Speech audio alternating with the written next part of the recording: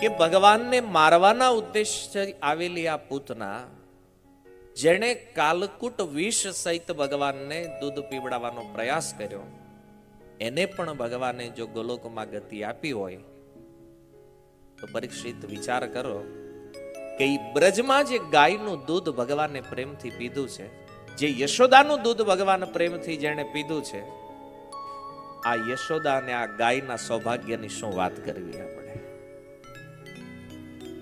મારવા વાળાને જો માં બનાવતા હોય ભગવાન, તો જે કૃષ્ણને પ્રેમ કરે છે એના માટે કૃષ્ણ શું નહીં કરતા હોય?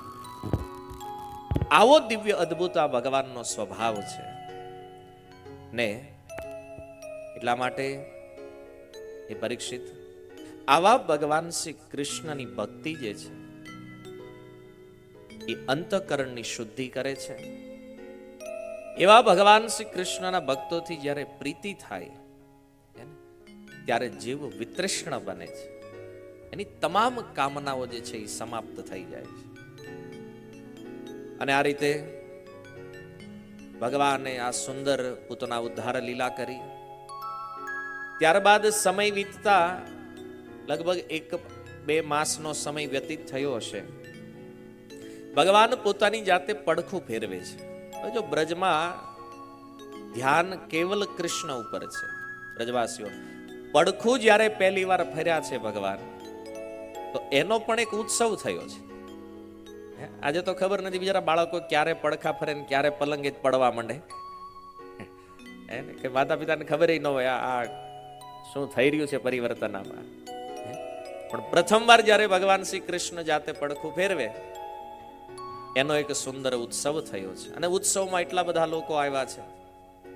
યશોદાજી કામમાં એટલા વ્યસ્ત છે, એને થયું આટલી વ્યસ્તતામાં લાલાનું ધ્યાન નહીં રહે, તો એક માલ સામાનથી ભરેલું એક ગાડું હતું અને ગાડાની નીચે કૃષ્ણને સુવડાવ્યા.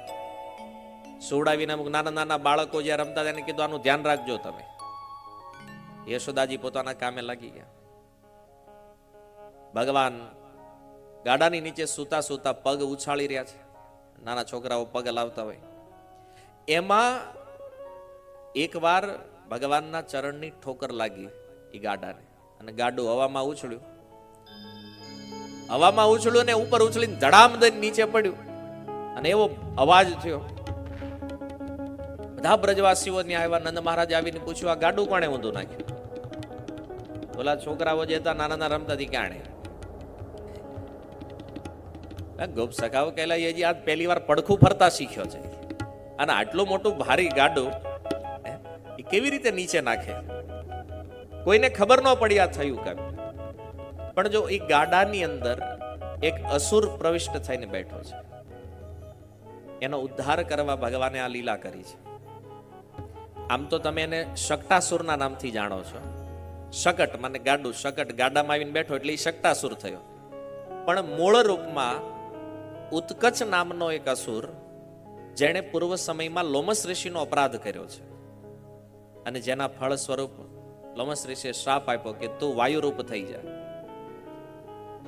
જ્યારે એને ઋષિની ક્ષમા યાચના કરી તો એને કીધું કે જ્યારે ભગવાન શ્રી કૃષ્ણનો સ્પર્શ તને પ્રાપ્ત થશે ત્યારે તારી આ શ્રાપથી મુક્તિ થશે. તો એ ઉત્કચ નામના અસુરને પણ ભગવાને મુક્તિ આપવા માટે, એનો ઉદ્ધાર કરવા માટે આ શકટ ભંજન લીલા કરી. ત્યારબાદ બ્રાહ્મણોએ સ્વસ્તિ વાચન કર્યું, બ્રાહ્મણોને ભોજન કરાવવામાં આવ્યું, અને એ દિવસે બન્યું એવું, ભગવાન ખૂબ દૂધ પી રહ્યા છે. યશોદાજીને થયું આ છે નાનો એવો, અને આજે તો આટલું દૂધ પી રહ્યો છે, ધરાતો નથી. યશોદાજીને ડર માંડ્યો લાગવા કે આટલું દૂધ પી જાય અને ક્યાંક અપચો ન થઈ જાય. પણ યશોદાને કોણ સમજાવે કે આખા જગતના અન્નને જે શરીરમાં વૈશ્વાનર અગ્નિના રૂપમાં જે પાચન કરવા વાળા ભગવાન છે એને અપચો થાય? ભગવાન શ્રી કૃષ્ણ દૂધ પીતા પીતા બગાસું ખાઈ રહ્યા છે, અને જેવું બગાસું ખાધું યશોદાજીનું ધ્યાન ગયું ભગવાનના મુખમાં. બ્રહ્માંડનું દર્શન કરાવ્યું છે ભગવાને યશોદાજી પોતાના મુખમાં. જો બ્રહ્માંડ દર્શન ઘણી વાર થયું છે યશોદાજી, આ પહેલી વાર છે. જ્યારે દૂધ પીતા પીતા ભગવાને પોતાના મુખમાં યશોદાજીને બ્રહ્માંડ બતાવ્યું છે. અને પૂછો એ બની બેઠેલા ભગવાનોને, જરાક મોઢું ખોલો તો એને કઈ તમારું અમારે જવું છે, આમાં કઈક બ્રહ્માંડ છે? કફ સિવાય કાંઈ દેખાય નહીં આમાં બીજું. તમે મોઢામાંથી ગંદી સ્મેલ આવતી હોય, અત્યારના જે બની બેઠેલા ભગવાનો છે, આ બધા પ્રયોગ કરવા જેવા છે. કોઈ એમ કહેતું હોય ને હું ભગવાન છું, એને કે મોઢું ખોલો જ તમારું બ્રહ્માંડ દેખાય માની લેજો તમે તારે, કોઈને પૂછ્યા વગર. કોઈને પૂછવા જવાની જરૂર નથી. આ લીલાઓ આમ તો બહુ કામની છે ભગવાન કૃષ્ણની, પ્રેક્ટિકલ કરવા માટે, ભગવાનની ઓળખ કરવા માટે. તો કાલે આપણે ચર્ચા કરી કે ભગવાનની ઉંમર કોઈ મતલબ નથી એનાથી. 6 દિવસ હોય, 6 મહિના હોય, 6 વર્ષ હોય, ભગવાન ભગવાન છે. તો આ રીતે એક સમયે ભગવાન માતા યશોદાજીનું દૂધ પી રહ્યા છે ને એ સમયે ભગવાને પોતાનો વજન વધાર્યો. ભાર વધારતા વધારતા એટલો ભાર યશોદાજીને ખાલી ચડવા માંડી. યશોદાજીને થયું કે અચાનક આજ આટલો ભારે કેમ થઈ ગયો. એ કૃષ્ણને નીચે મૂકી યશોદાજી પોતાના કામ માટે ગયા ને એ સમયે તૃણાવર્ત નામનો એક અસુર આવે છે. અને આવી અને એને જોયું કે કૃષ્ણ એકલા છે, કેમ કે આ સારામાં સારો મોકો છે, ઉઠાવી લ્યો આ નહીં. હવે એને ક્યાં ખબર હતી કે આજે ઈ ઉઠી જવાનો છે.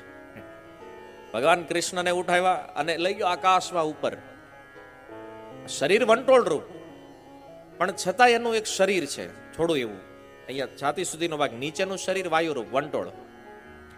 ભગવાન કૃષ્ણની ગરદન પકડી અને ભગવાનને એટલું વજન વધાર્યું કે એ ઉપર અંતરિક્ષમાંથી તૃણાવર્તને પાડ્યો નીચે ભગવાને, અને પડતાની સાથે એ તૃણાવર્તનો પણ ભગવાને ઉદ્ધાર કરી નાખ્યો. કોઈને ખબર પડી નહીં આ લીલા શું થયું છે, પણ નંદ મહારાજ વિચારવા માંડ્યા કે આનો જન્મ થયો ત્યારથી આ અસુરોની એન્ટ્રી વધી ગઈ છે. અહીંયા આટલા બધા અસુરો પહેલા તો ક્યારેય ગોકુળમાં આવતા નહોતા, અને હવે આ અસુરો વધી રહ્યા છે. અને જો ભગવાન તે કંસને એક મેસેજ આપવા માંગતા હતા કે તમે મારા મામા છો અને હું તમારો ભાણો, અને શાસ્ત્રમાં છે ને લગભગ માથાકૂટ મામા ભાણાની છે. તો કૃષ્ણ કંસ, દુર્યોધન શકુની, અભિમન્યુ કૃષ્ણ, મામા ભાણાના પ્રસંગો બહુ રોચક છે. તો કંસ ભગવાનને એ કહેવા માંગે છે કે તમારો જન્મ થયો છે તો મારે કંઈક ગિફ્ટ આપવી જોઈએ ને, તો એ ગિફ્ટમાં મોકલે છે અસુરોને બધા. મામા રમકડા મોકલે ને,